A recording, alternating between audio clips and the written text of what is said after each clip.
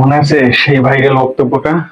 তিনি বলেছিলেন, চুলদারি সব পেকে যাক, আমি যুবক থাকতে চাই।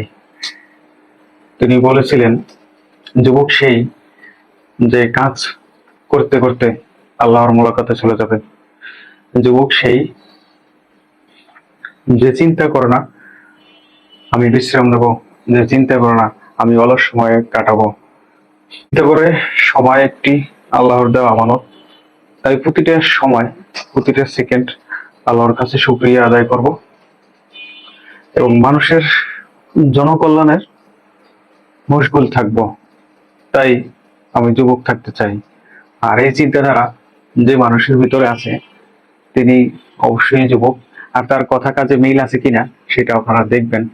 অবশ্যই দেখতে পাচ্ছেন বর্তমানে চট্টগ্রাম বন্যা কবলিত মানুষদের পাশে গলা অবধি, হাঁটু অবধি, কোমর অবধি পানিতে নেমে পড়েছেন। মানুষদের ধারে কিনারে পৌঁছাচ্ছেন তাদের সহযোগিতা করার জন্য। আসলে এখানে অনেক যুবক আছে, গত ইয়েতে আমরা দেখেছি প্রত্যেকেরাই কিন্তু একটা হাঁপানো কাঁপানো এরকম একটা ভিডিও আমরা দেখেছি। তবে ওনার ভিতরে সেটা পাই নাই। আল্লাহ তাআলা ওনাকে সুস্থতা দান করুক।